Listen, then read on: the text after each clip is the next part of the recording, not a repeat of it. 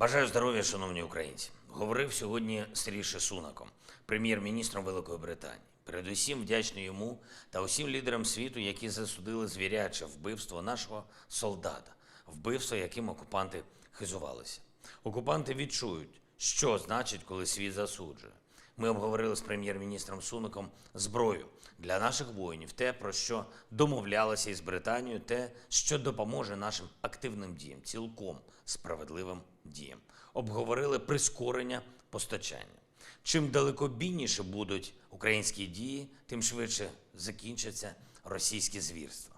Звичайно, продовжуємо роботу і над авіаційною коаліцією для України, над підготовкою різних міжнародних заходів, які дадуть усім нам в Європі більше сили та захисту. Провів сьогодні нараду щодо євроатлантичної інтеграції, щодо неминучості поєднання потенціалів України і НАТО. Змістовна нарада, голова Верховної Ради, урядовці, профільний віце-прем'єр-міністр та міністр закордонних справ, зовнішньополітичний блок Офісу, керівник Офісу. Очевидно, що місце України в НАТО – законне місце. І не хочеться, щоб застарілі ілюзії, які досі стримували наше приєднання до Альянсу, ще й зараз продовжували забирати час України та партнерів. Розробляємо відповідні кроки. Сьогодні ж провів нараду щодо відновлення нашої країни, відновлення після бойових дій. Перша віце-прем'єр-міністр Юлія Свириденко, віце-прем'єр-міністр Кубраков і команда відновлення. Обговорили те, що стосується інфраструктури, економіки, багатьох інших питань, які потребують відповідей, дуже вартісних відповідей. Працюємо і всередині країни, і з партнерами заради системності нашої відбудови, заради того, щоб результат відповідав очікуванням нашого суспільства, достатньо високим очікуванням. Впевнений, все зробимо. Протягом дня був на зв'язку з військовими, провів нараду з головою Служби безпеки України Малюком, провів нараду з керівником ГУР Будановим. Ключове – це постійне знищення окупантів, це мінусування їхньої логістики, будь-якого потенціалу на окупованих територіях. Це підготовка наших активних дій, це контрштурмова робота. І я дякую усім нашим воїнам, які це забезпечують, які пам'ятають, що за кожен російський удар по наших містах і селах, по наших позиціях, за кожне вбивство українців окупант повинен нести свої максимально відчутні втрати. Кожен метр української землі має означати для окупанта неминучість програшу Росії в цій війні.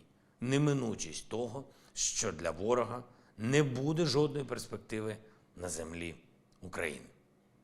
14-та бригада та 1-ша президентська бригада оперативного призначення Нацгвардії. Дякую вам, хлопці, за стійкість. 54-та окрема механізована бригада імені гетьмана Івана Мазепи. 5-та окрема штурмова бригада. 77-ма окрема аеромобільна бригада. Молодці воїни. Тримати оборону на Донеччині зараз це найтяжче.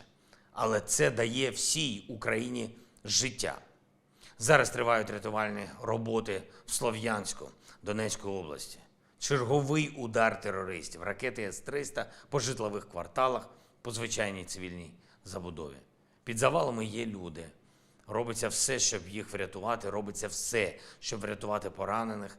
Є перші дані про загиблих, мої співчуття тим, хто втратив рідних.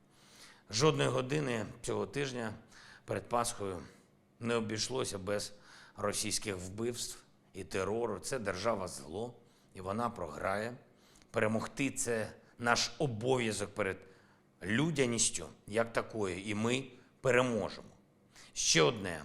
Те, щодо чого вже давно потрібне рішення. Життя Михайла Саакашвілі залежить зараз не від політичного, не від якогось там особистого, а суто від етичного рішення, яке має чисто і вагому юридичну базу. Якщо людина потребує медичної допомоги, якщо від цього залежить життя, значить потрібен цей крок. Знаю, що адвокати Михайла зараз подали термінове звернення до ЄСПЛ, щоб забезпечити йому належне лікування. І, здається, це єдиний шлях, щоб зберегти йому життя.